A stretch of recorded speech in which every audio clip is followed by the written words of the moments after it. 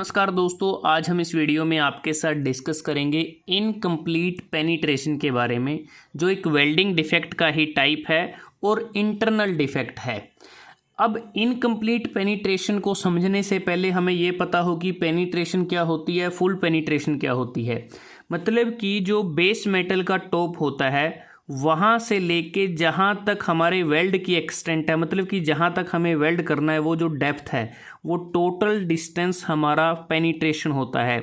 अगर पूरे इस पेनिट्रेशन में हमारा यहाँ से लेके यहाँ तक ये जो गैप है, अगर इसमें पूरे में हमारा वेल्ड मेटल आ जाता है तो इसका मतलब है कि फुल या कंप्लीट पेनिट्रेशन है।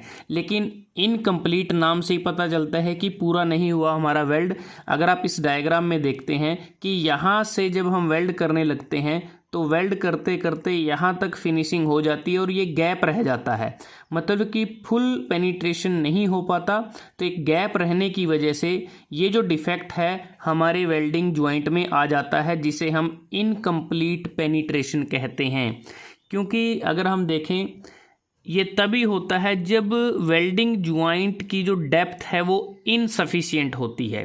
क्योंकि ये जो मिनिमम गैप होता है, मतलब कि जहाँ पर दो बेस मेटल हैं जिन्हें हमें ज्वाइन करना है, उनके बीच में जो मिनिमम गैप होता है उसे हम कहते हैं रूट गैप। अगर ये रूट गैप बहुत ही स्मॉल है तब ये डिफेक्ट हमारा आ सकता है, क्योंकि इस रूट तक जो वेल्ड मेटल है वो नहीं जा पाता, इसी कारण ये डिफेक्ट हो जाता है। अगर हम बात करें वो कौन कौन सी वेल्डिंग पोजीशन है जब ये डिफेक्ट आता है, मोस्टली दो ही वेल्डिंग पोजीशन ज़्यादा कॉमनली हैं जिसमें वेल्ड करते समय डिफेक्ट आता है। एक तो है ये वर्टिकल पोजीशन, जब हम वर्टिकल पोजीशन में वेल्ड करते हैं, और जब हम ओवरहेड पोजीशन में वेल्ड करते हैं तब वेल्डिंग ज्वाइंट में इस टाइप के डिफेक्ट के आने की संभावना ज़्यादा रहती है। अगर आप इन डायग्राम को देखते हैं तो यहाँ पर हमें क्लियरली विजिबल है कि ये हमारे दो बेस मेटल हैं और ये हमारा वेल्ड बीड है, और हमारा जो वेल्ड बीड है वो यहाँ तक बनना चाहिए था, नीचे तक ये जो रूट गैप है, लेकिन यहाँ तक जो हमारा वेल्ड मेटल है वो नहीं पहुँच पाता, यहाँ ये गैप रह जाता है, और यही कारण है कि यहाँ इनकम्प्लीट पेनिट्रेशन हो जाता है। क्योंकि ऐसा भी होता है कि ये जो रूट गैप होता है यहाँ तक हमारा जो फ्यूज़न टेम्परेचर है वो नहीं पहुंच पाता, जिसके कारण ये अच्छी तरह से आपस में फ्यूज़ नहीं हो पाते और ये डिफेक्ट आ जाता है। तो ये हम देख पा रहे हैं यहाँ पर, ये बॉटम व्यू है वेल्ड ज्वाइंट के, क्योंकि नीचे से ही देखने से हमें पता लगेगा बॉटम व्यू से कि हमारा जो पेनिट्रेशन है फुल हुआ है, इनकम्प्लीट हुआ है या फिर अंडर प्रोसेस है। तो ये जो गैप हमें ब्लैक कलर में नज़र आ रहा है, तो यहाँ तक हमारा वेल्ड मेटल नहीं पहुँचा, इसलिए इनकम्प्लीट पेनिट्रेशन हुआ है। इसी प्रकार से यहाँ देख पा रहे हैं ये जो ब्लैक पोर्शन हमें नज़र आ रहे हैं, एक प्रकार से ये ब्लैंक हैं, यहाँ तक हमारा वेल्ड मेटल नहीं पहुँचा, तो ये इनकम्प्लीट पेनिट्रेशन है। अब बात करते हैं कि ये जो डिफेक्ट है वो कौन कौन से कारण है जिसके कारण होता है। सबसे पहले, अगर हम लेस आर्क करंट का इस्तेमाल करते हैं तब भी ये डिफेक्ट आ सकता है। अगर वेल्डिंग करते समय हमारी वेल्डिंग स्पीड काफ़ी फास्ट है, तेज़ है, तब भी ये डिफेक्ट आ सकता है। अगर आर्क लेंथ को ज़्यादा लंबा रखा है, लॉन्ग रखा है, तब भी ये डिफेक्ट आ सकता है। अगर इलेक्ट्रोड का जो डायामीटर है अगर वो भी ज़्यादा है तब भी ये डिफेक्ट आ सकता है। इलेक्ट्रोड पोजीशन इम्प्रॉपर है, जैसा हमने बात की है कि वर्टिकल और ओवरहेड ये दो ऐसी पोजीशन हैं जिन पोजीशंस में वेल्डिंग करते समय डिफेक्ट ज़्यादा आता है।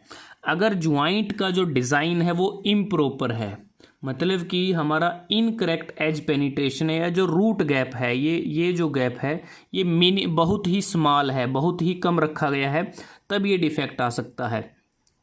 लेकिन ऐसे कौन कौन से प्रिकॉशंस हैं, सावधानी है या उपाय हैं जिन्हें हम फॉलो करें तो ये जो डिफेक्ट है इसको कम किया जा सकता है, बिल्कुल ही एलिमिनेट किया जा सकता है। तो इसके लिए हमें जो आर्क करंट है उसको प्रॉपर यूज़ करना चाहिए।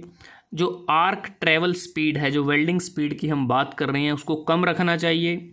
आर्क लेंथ को अगर शॉर्ट रखेंगे तब भी ये डिफेक्ट नहीं आने की संभावना रहती है। इलेक्ट्रोड का जो डायामीटर है वो भी स्मॉल होना चाहिए, मेंटेन प्रॉपर इलेक्ट्रोड पोजीशन, जो हमारी रिक्वायरमेंट है, प्रॉपर इलेक्ट्रोड पोजीशन को अगर हम फॉलो करते हैं तब भी इस डिफेक्ट को होने से रोका जा सकता है। और प्रॉपर ज्वाइंट डिज़ाइन हमें करना चाहिए, तब भी ये डिफेक्ट नहीं आएगा। अगर ये डिफेक्ट हमारे वेल्डिंग ज्वाइंट में आ जाता है तो उसके बाद उसमें क्रैकिंग होने की भी संभावना बढ़ जाती है। और क्रैकिंग, जैसा हमने हमारी लास्ट वीडियो में बताया था कि ये सभी वेल्डिंग डिफेक्ट में सबसे ज़्यादा डेंजरस डिफेक्ट होता है, क्योंकि क्रैकिंग आने से जो वेल्ड स्ट्रेंथ है वो हमारी रिड्यूस हो जाती है। और क्रैकिंग बेसिकली आती है क्योंकि ये इसके साथ थोड़ा सा स्लैग इंक्लूजन को कैरी करता है, जिसके कारण क्रैकिंग की भी संभावना बढ़ सकती है। तो इसलिए आवश्यक है कि वेल्डिंग ज्वाइंट पर बनाते समय हमें ध्यान रखना है कि वेल्ड ज्वाइंट पर इनकम्प्लीट पेनिट्रेशन ना हो। तो दोस्तों, आज हमने आपके साथ डिस्कस किया इनकम्प्लीट पेनिट्रेशन नामक वेल्डिंग डिफेक्ट के बारे में, जो एक इंटरनल डिफेक्ट है। अगर आपको ये वीडियो अच्छा लगा, आप इसको लाइक कर सकते हैं, शेयर कर सकते हैं अपने दोस्तों के साथ, स्टूडेंट्स के साथ, और जल्द ही हाजिर होते हैं एक नए वीडियो के साथ। तब तक के लिए धन्यवाद। आपका दिन शुभ रहे।